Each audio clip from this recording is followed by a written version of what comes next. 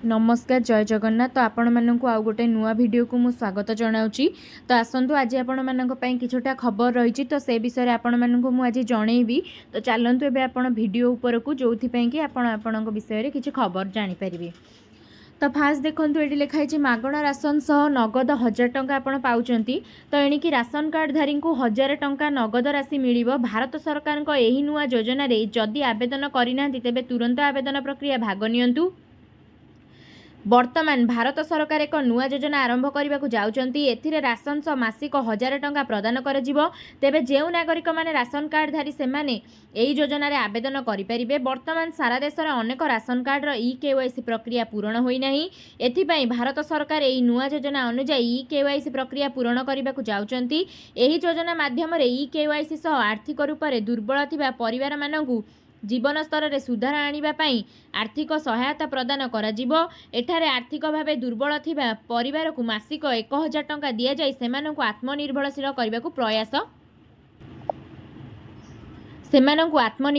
करने प्रयास कराजिबो। नुआ वर्ष रे जनवरी मासरु एही योजना लागू कराजिबो। एथिपई जेउ लोक ए पर्यंत ई-केवाईसी आवेदन प्रक्रिया रे भाग होई नाहंती सेमाने खूब शीघ्र आवेदन करंतु।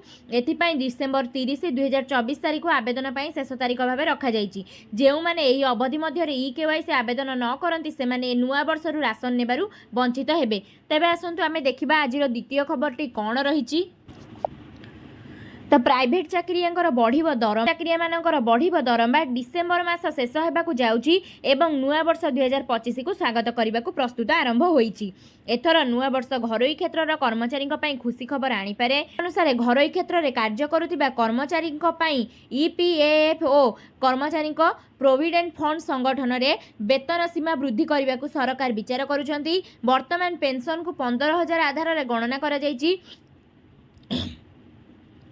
जहाँ वर्तमान 21,000 टंका को वृद्धि कर योजना करा जायछि। 2014 ठारू एही सीमा रे कोनोसी परिवर्तन होई नाही, किंतु वर्तमान यह को अपडेट करने को एक प्रस्ताव प्रस्तुत होईछि। जदि यह कार्यकारी हुए तेबे कर्मचारी माने प्रति मासरे पाउथिबा पेंशन एही बड़ वृद्धि घटिबो, जहाँ सेमानंकर स्थिति को दृढ़ करिवो। एहार प्रभाव कोन हेबो ता विषय रे आमे माने जानिबा।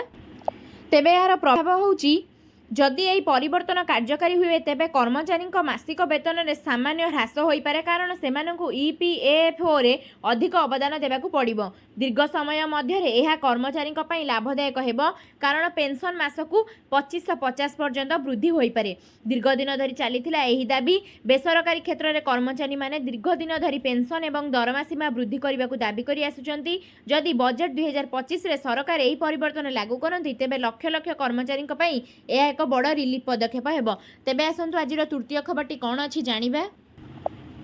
नुआ वर्ष रे सुभद्रा टंका प्रति गाँव में पहुंचब सुभद्रा योजना। एथिपाई अंटा भिड़िछंती राज्य सरकार। अन्यपटे सुभद्रा योजना रे सहायता पाइथिबा महिला मध्यरु अयोग्य हिताधिकारी खोजिबाकू संकेत देइछंती उपमुख्यमंत्री। ए सबु भितर सरकारी निष्पत्ति नेइछंती जे नुआ वर्ष रे आउ 20 लाख महिला सुभद्रा भेटी देबे। सुभद्रा योजना रे हिताधिकारी संख्या आशातीत वृद्धि पाइछि। एबे पर्यंत 80 लाख 28,000 महिला सुभद्रा सहायता मिली सारिलाणी, किंतु सहायता पाइथिबा सबु महिला जे योग्य से ग्यारंटी देई पारु नाहंती सरकार। खूब शीघ्र योग्य हिताधिकारी भली अयोग्य हिताधिकारी एक तालिका प्रकाश हेबो। द्वितीय किस्ती टंका देवा पूर्व अयोग्य हिताधिकारी नहीं एभली चरम निष्पत्ति निया जाय पारे बोली संकेत दैछंती उपमुख्यमंत्री प्रभाती परिडा। तेणुकरी नुआ वर्ष रे आसीबो सुभद्रा टंका। तो केउ मानकर सुभद्रा टंका आसुची तेबे कुहा जायछि जे कोटिए टपिबो हिताधिकारी संख्या। पुरुणा वर्षर द्वंद्व नुआ वर्ष रे तुटिबो। नुआ वर्ष रे मिलिबो सुभद्रार प्रथम किस्तीर तृतीय पर्याय। ओटीपी समस्या पाई सहायता पाई नथिबा योग्य हिताधिकारी जांच प्रक्रिया को त्वरित करबा सह जनवरी रु सुभद्रा टंका देबाकू सरकार प्रस्तुति को जोरदार जारी करी रखिछंती। चतुर्थ पर्याय रे 20 लाख रु अधिक महिला को मिलिबो सुभद्रा टंका। मोट 1 कोटी 14 लाख महिला सुभद्रा रे करिछंती आवेदन।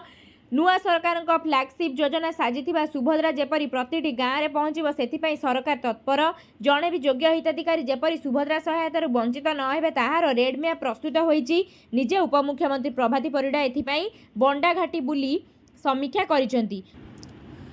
प्रति गाँव में पहुंचब सुभद्रा योजना। एथिपाई अंटा भिड़िछंती राज्य सरकार। अन्यपटे सुभद्रा योजनार सहायता पाइथिबा महिला मध्यकारी खोजिबाकू संकेत देइछंती उपमुख्यमंत्री। ए सबु भितर सरकार निष्पत्ति नेइछंती नुआ वर्ष रे आउ 20 लाख महिला सुभद्रा भेटी देबे। तेबे आसंतु आजिर चतुर्थ खबरटी कोन रहिछि जानि। नुआ वर्षर नुआ योजना उपरे गोटे आसची तो राज्य में खूब शीघ्र लागू हेब आयुष्मान योजना गोपबंधु जन आरोग्य एवं आयुष्मान योजना लागू करेंगे ओडिशा सरकार। तेणु ओडिशा आसी बैठक करिसेंती केंद्र स्वास्थ्य विभागर टीम। चलित आर्थिक वर्षर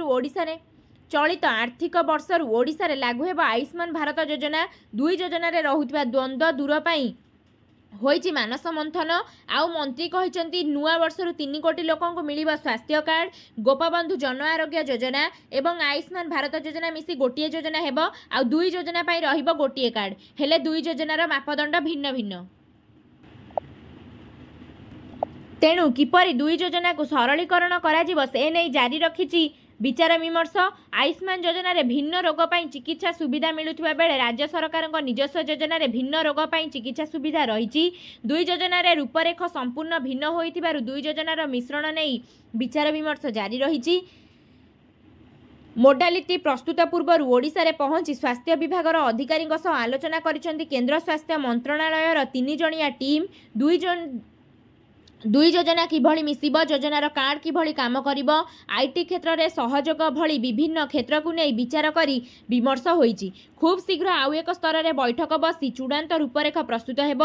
सबु प्रक्रिया सारी नुआ वर्ष अर्थात नुआ आर्थिक वर्ष पूर्व यही योजना कार्यकारी करने को लक्ष्य रखिछन्ति सरकार। धन्यवाद।